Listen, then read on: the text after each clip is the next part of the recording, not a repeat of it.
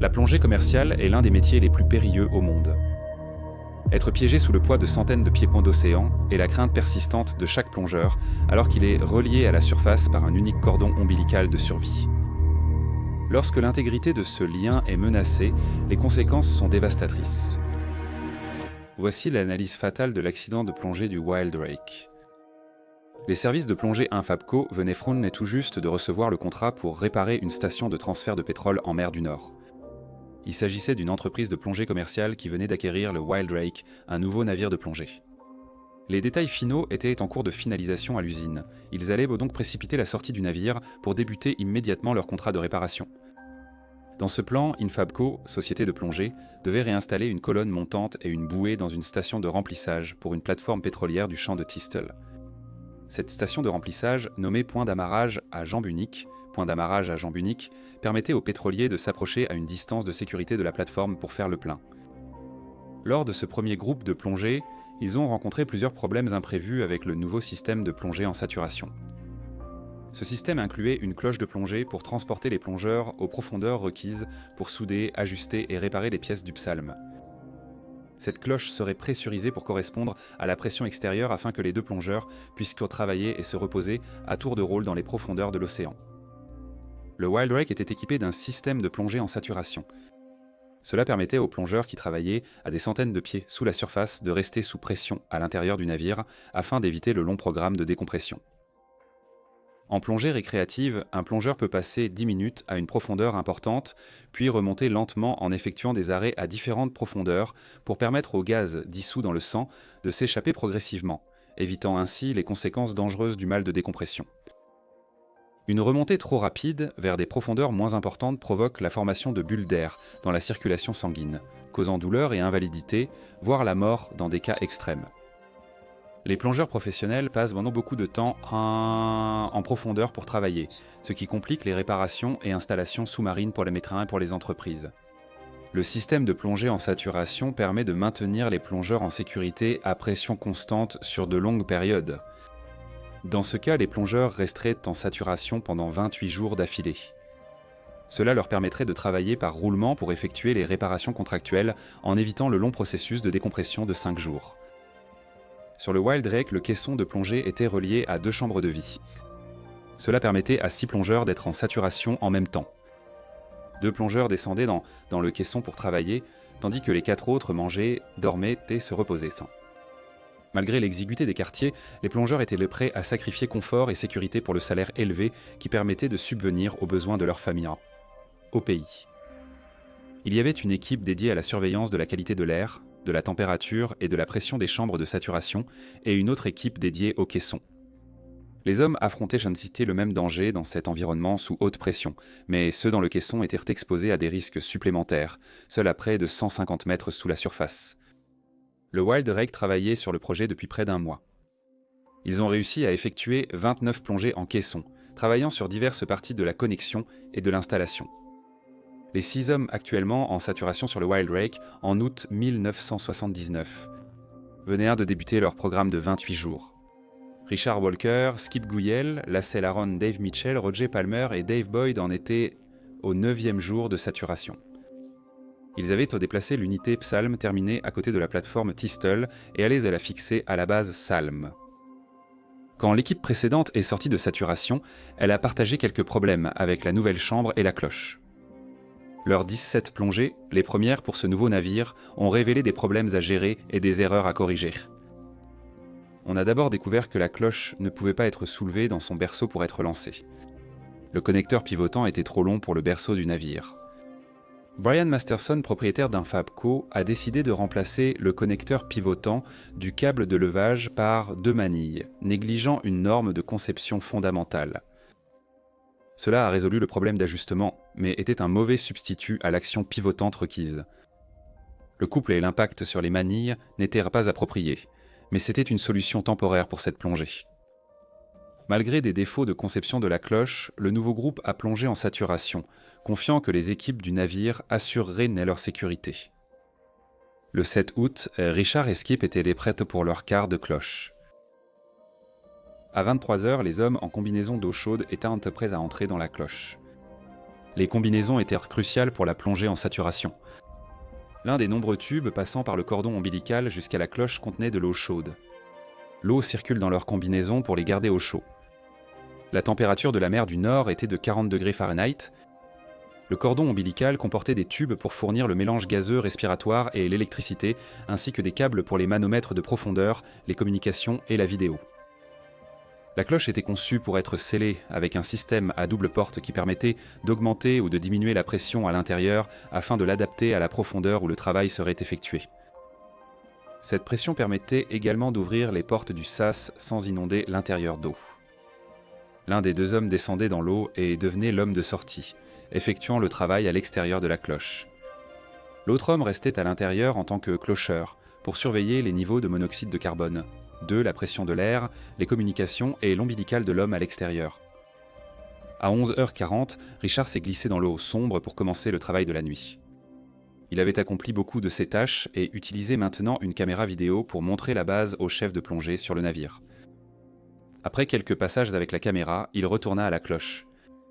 Ce qu'il vit fut déroutant pendant une fraction de seconde, mais ensuite, cela devint d'une clarté frappante. La cloche était beaucoup plus proche du fond marin et pendait à un angle de 45 degrés. Il dirigea sa caméra vers la cloche pour montrer à l'équipe de surface, tout en se précipitant instantanément vers la cloche, sachant qu'il devait y entrer avant qu'elle ne se rapproche davantage du fond. L'un des défauts de conception inhabituels de cette cloche était l'absence de cadre pour la maintenir au-dessus du fond sablonneux. Si elle était posée, la cloche serait directement sur le sol sans espace pour manœuvrer la porte du sas. Alors que Richard se dirigeait vers la cloche, Skip était à l'intérieur en train d'ouvrir la vanne de gaz pour augmenter la pression. La cloche étant tombée de 7,50 m, l'eau glacée commençait à remonter dans le conduit. À 2h45 du matin, Richard informa la surface que le câble de levage n'était plus connecté à la cloche.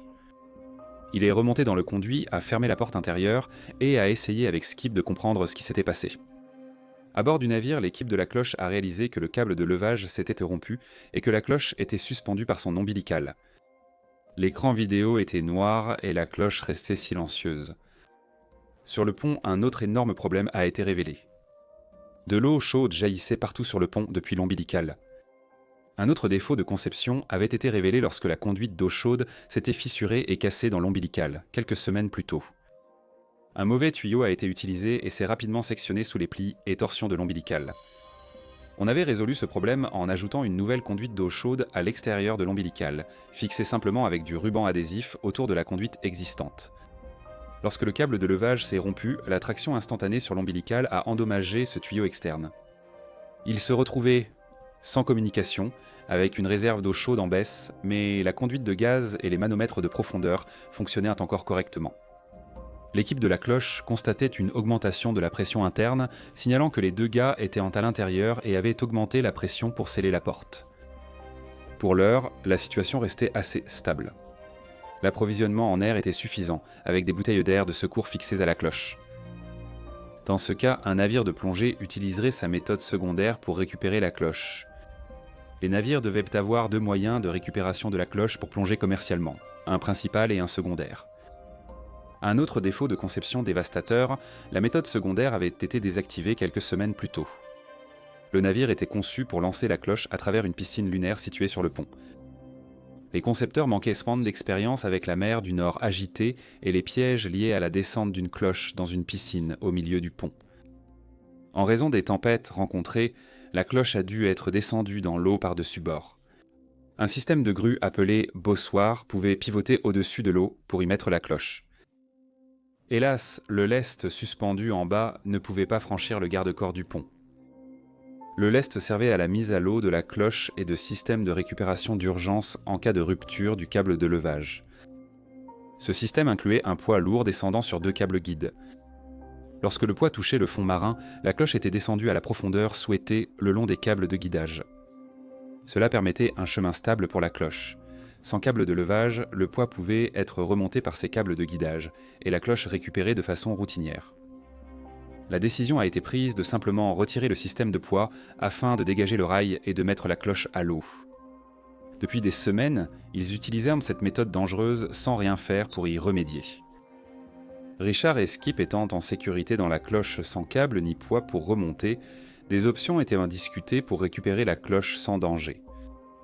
Dans la cloche, les hommes suivaient le protocole. Enfermés dans la cloche, ils n'avaient aucun contact avec la surface. Ils continuèrent d'essayer d'envoyer des messages, mais n'entendaient sentaient que des grésillements à la radio.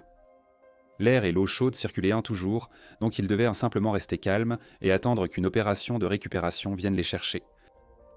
Soudain, ils ressentirent 2 violentes secousses.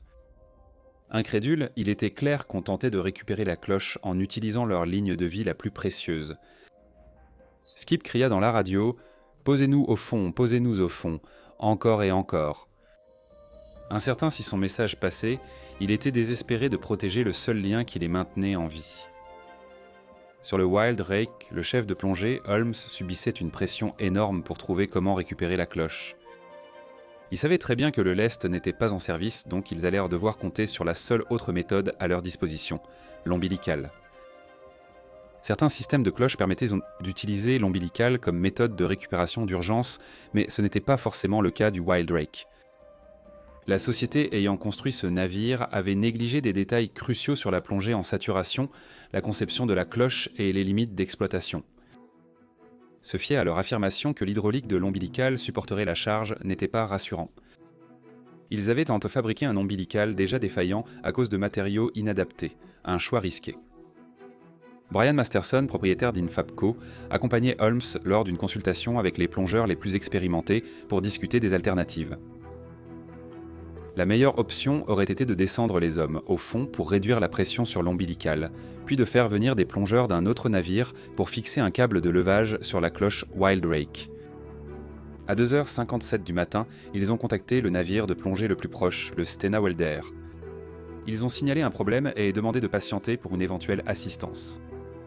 Finalement, ils ont opté pour le cordon ombilical, bien qu'une autre solution raisonnable ait été proposée. Pendant ce temps, les hommes tombent sur le pont tentant de réparer la conduite d'eau chaude pour limiter les pertes. Ce travail a été interrompu quand ils ont reçu l'ordre de démarrer le moteur hydraulique de la roue du cordon ombilical. Stupéfaits par la demande, ils n'étaient pas en position de contester le propriétaire et le chef de plongée. Le cordon ombilical a commencé à s'enrouler autour de la roue, mais rapidement l'ordre d'arrêt a été donné. Les hommes étaient incrédules. Le cordon ombilical se déchirait, les fils et tubes individuels coincés sur le côté de la roue. Ils étaient profondément coincés et de l'eau chaude jaillissait maintenant de ce hachoir. C'est à ce moment-là qu'ils auraient dû appeler de l'aide et espérer que l'équipe Stena Welder puisse reconnecter le câble de levage. Mais ce n'est pas ce que Masterson et Holmes ont décidé. Ils restaient résolus à utiliser l'ombilical pour récupérer la cloche. Le Wild Rake avait une grue sur le pont qu'ils allaient utiliser. Ils ont répété l'effort pour tirer sur l'ombilical et remonter la cloche au navire. Dès le début, ils ont encore fait face à un désastre. L'ombilical ne se déchirait pas seulement, les tubes et les câbles se brisaient et éclataient littéralement. Pendant ce moment crucial, une faible transmission était audible depuis la cloche. La voix tendue de Skip demandait que la cloche soit posée sur le fond marin. Il avait enfin été entendu.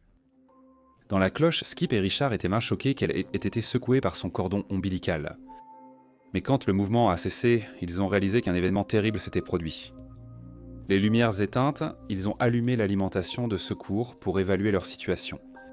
L'ombilical était clairement endommagé, avec seulement 2 lignes intactes après le choc, la conduite principale de gaz et la ligne de profondeur interne de surface.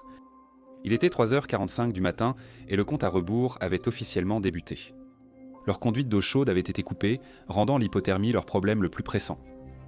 Ils ont suivi la procédure et ouvert leurs combinaisons de survie, qui étaient en réalité des couvertures en aluminium et non les combinaisons intégrales attendues.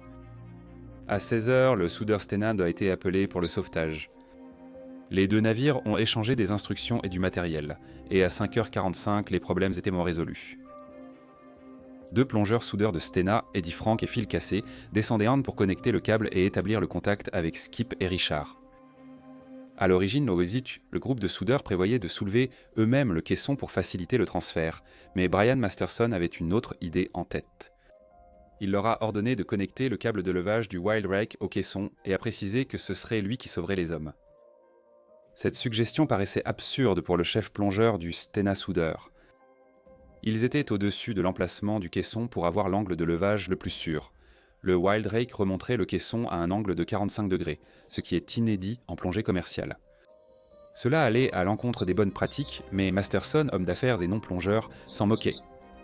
Ces erreurs successives semblaient pouvoir se poursuivre sans opposition efficace. La cloche du soudeur était dans la zone cible, mais il lui a fallu plus d'1 heure pour la localiser. L'équipe de Wildrake a donné les mauvaises coordonnées de la cloche, car elle avait été déplacée de la base du psaume des heures plus tôt, sans mettre à jour son emplacement. L'absence du transpondeur de la cloche, présent lors des 29 plongées précédentes, a probablement causé un problème. La veille, lorsque Skip et Richard sont descendus dans la mer du Nord, le transpondeur s'est détaché de la cloche. Plutôt que de ramener la cloche et de fixer le dispositif de localisation, l'équipage a reçu l'ordre de simplement le couper. Ils étaient empressés de mettre la cloche à l'eau après de nombreux retards. Maintenant qu'ils sont dans cette situation critique où chaque minute compte, cette perte de temps était irréelle. Coordonnées erronées, absence de transpondeur de localisation. Frank et Casey devaient marcher en large arc de cercle autour de leur cloche pour retrouver les hommes perdus. Malheureusement, le soudeur du Stena réparait leur cloche juste avant la demande d'assistance. Donc les lumières à l'extérieur de leur cloche ne fonctionnaient pas, et les communications du plongeur à la cloche ont été également coupées. Cela a rendu toute l'opération extrêmement lourde et dangereuse pour ces hommes. Casey est entré dans l'eau à 6h44 pour commencer la recherche. Après plus d'1 heure, il a finalement établi le contact avec la cloche. Il a frappé à la fenêtre avec le manche de son couteau, soulagé de voir le mouvement frénétique à l'intérieur. Il a vu un visage et 2 pouces levés dans le hublot. À 7h55, leur bonne santé était confirmée.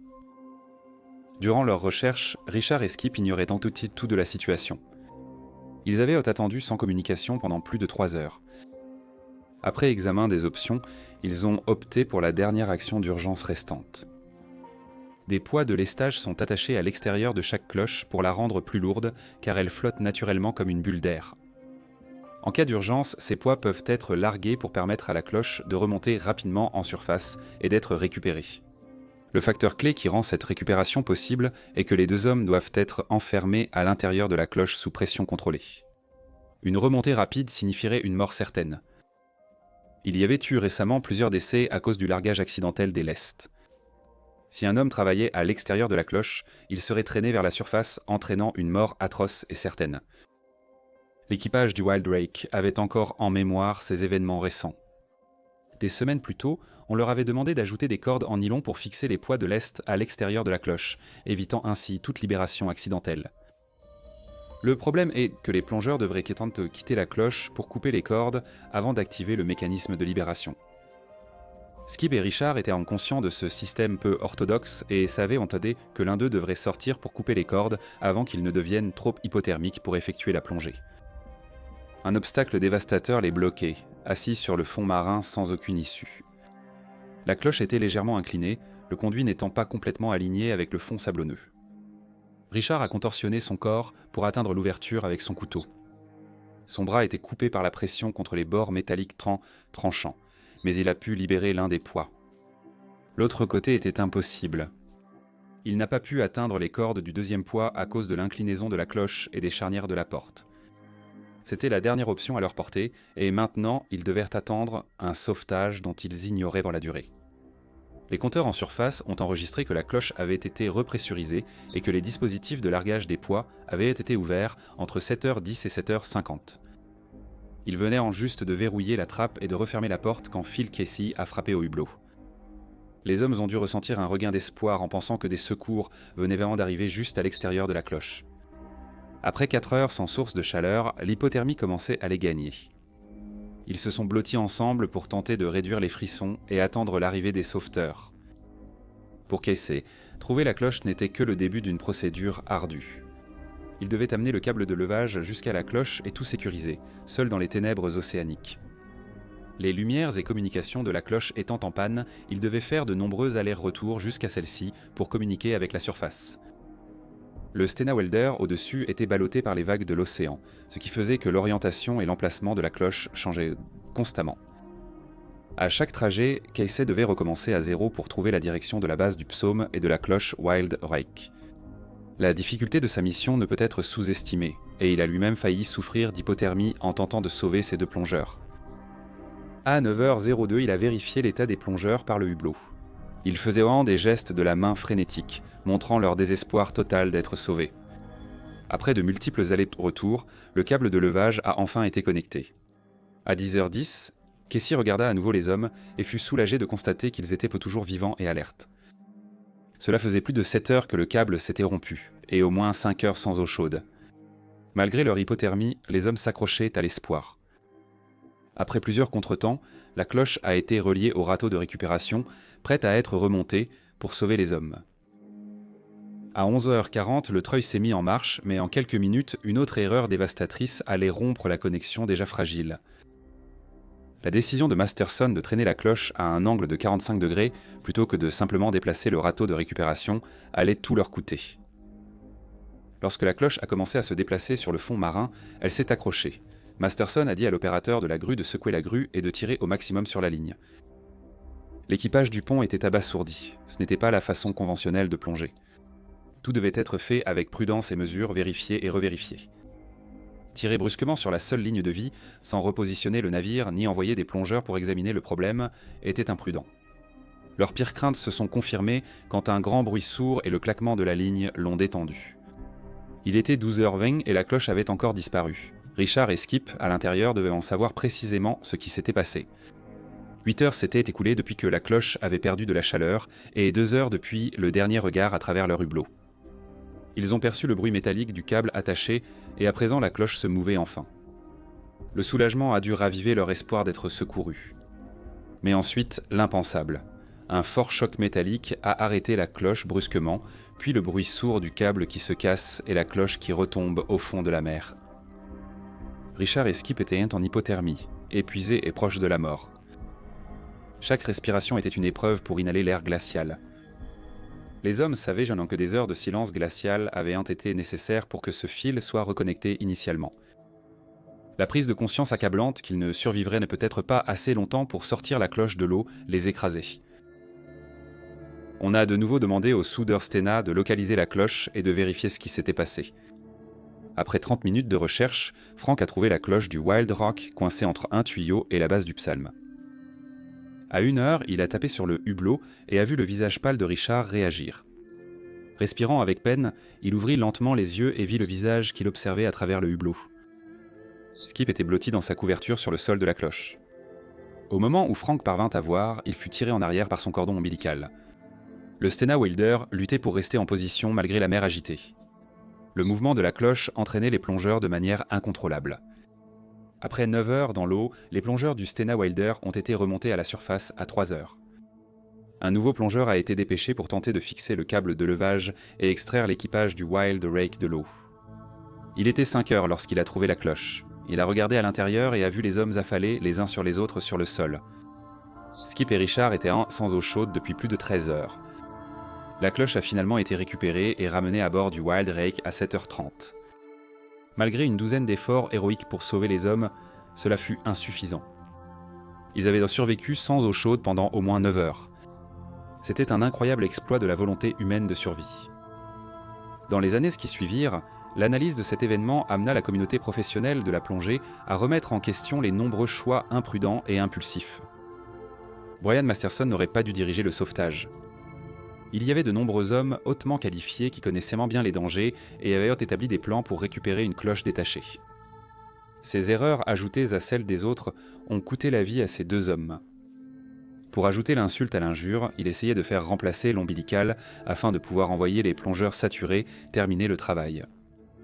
Les 4 hommes restés en saturation ont immédiatement exigé de commencer le processus de décompression qui leur prendrait 5 jours. Finalement, la société a été poursuivie devant les tribunaux écossais et américains, mais elle a réussi à échapper à toute réelle conséquence de ses actions en affirmant qu'elle n'était pas l'employeur réel des hommes. Devant un tribunal britannique, 12 personnes ont été poursuivies et ont conclu un accord avec les familles des plongeurs pour un faible dédommagement.